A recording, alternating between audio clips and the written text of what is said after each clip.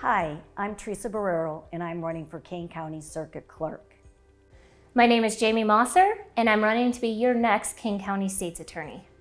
Today we're going to talk about expungements and what the process entails and how the Kane County State's Attorney and the Kane County Circuit Clerk can make a big impact for people who have gone through our system. In Illinois law, we have a statute that allows you to expunge certain crimes and seal certain crimes, and there's a difference between the two. When you expunge a criminal arrest as well as a criminal case, that means it's wiped off of your record forever. If somebody comes up to you afterwards and says, have you ever been arrested or have you ever gone through a court case? You can say no because it's been taken off. Sealing is different. Sealing means that for everyone pretty much in the community, they cannot see that you were either arrested or that you had a criminal case against you. However, law enforcement can still see it, and any employer who's required to do a background check is able to see that you have a criminal history. And if you go to apply for a job and it's just sealed versus expunged, if you're asked the question about whether or not you've ever been convicted of a crime, you have to say yes. The process to get an expungement or a sealing is that you have to wait a certain time period after the successful conclusion of your case. And now this is very important because a successful conclusion means that you satisfied every requirement that the court system has put out, and it means that you've paid all of your fines and costs, you've completed all of your counseling, and you haven't had any further issues during the time period that you were on supervision or conditional discharge or probation. Then when that's done, you have to wait between 2 to 5 years depending on what type of a crime it was, what level of a conviction or supervision that you had, and the type of crime that you had before you can apply for it. When you're getting ready to apply for it, you go to the Circuit Clerk's office for the paperwork. When you come into the Circuit Clerk's office, there is a fee that is attached to the paperwork for an expungement, which is $232.57. Now, a lot of folks do not have that amount of money. Maybe they're out of a job, or maybe they just don't have the means for it. So we want to work together so that we can shorten the time frame that a person has to wait in order to have their expungement, which now is 60 days. But what we're looking at is if they've already taken care of all their requirements, and then they do not have to pay that fee, it should automatically be expunged. So during that 60-day time period, the clerk's office has to send out this petition to the Kane County State's Attorney's Office, to the Illinois State Police, and to any police department that was involved in the arrest of the defendant. So if the defendant is trying to expunge or seal 3 or 4 different cases and it's 3 or 4 different police departments, it's the clerk's office duty to get that petition out to them as soon as possible. Then these police departments and the state's attorney's office have up to 60 days in which to make an objection.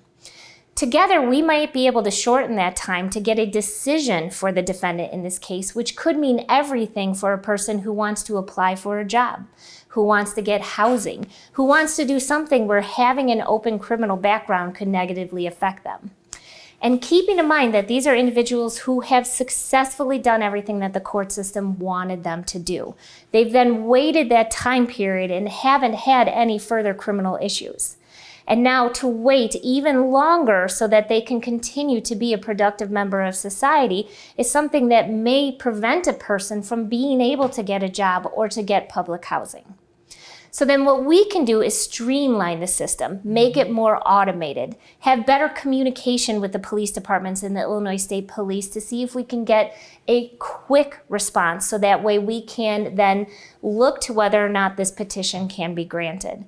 And if it can, that court order can be sent out to the defendant as soon as possible, with the clerk's office then doing what they need to do to send out the information to get that criminal arrest and case sealed or expunged as soon as possible. Which would be fantastic for the person that has come in and filed the paperwork, filled out the paperwork. The problem is when a person fills out the paperwork, and one of the problems is they don't have the money for it, the $232, and then they also need to compile all their information from whatever arrests or has happened that they're trying to expunge. Now, it could be several other entities, several other cities, several other counties that they need to compile all that paperwork. And if we could work together, if these two offices could work together, we could help streamline that and eliminate a lot of this stress for this person that wants to clear their record, that's done everything that they're supposed to do, but the only thing they do not have is the fee, the money.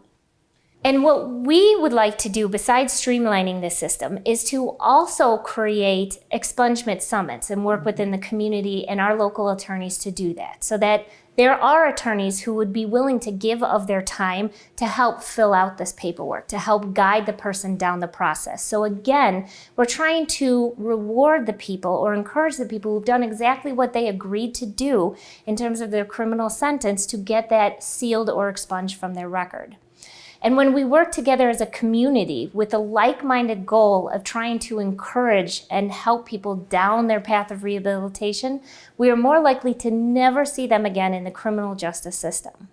And together, that's what we would like to do when I become the next Kane County State's Attorney. And when I become the next Kane County Circuit Clerk. Another important portion of our criminal justice system that we have to focus on for expungements and sealing are those individuals who go through our qualified probation programs. Qualified probation is those individuals who participate in drug rehabilitation court, veterans court, and treatment alternative court, which is also known as mental health court. Now, these are individuals who have probably already gone through our system in a variety of other cases, but now they've entered into something to deal with the root of the criminal behavior that they have identified.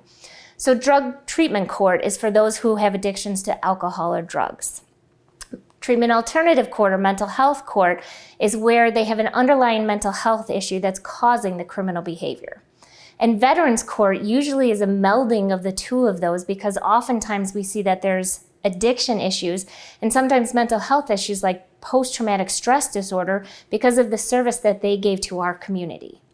And the purpose of this qualified probation is to put somebody into this system that we have, get them the treatment that they need with a lot of community support, so that at the very end of it, they come out without having to necessarily have a conviction on their record. The great thing about this, and one of the things that I want people to understand, is that the people who go through these programs usually have 30 months of intensive probation.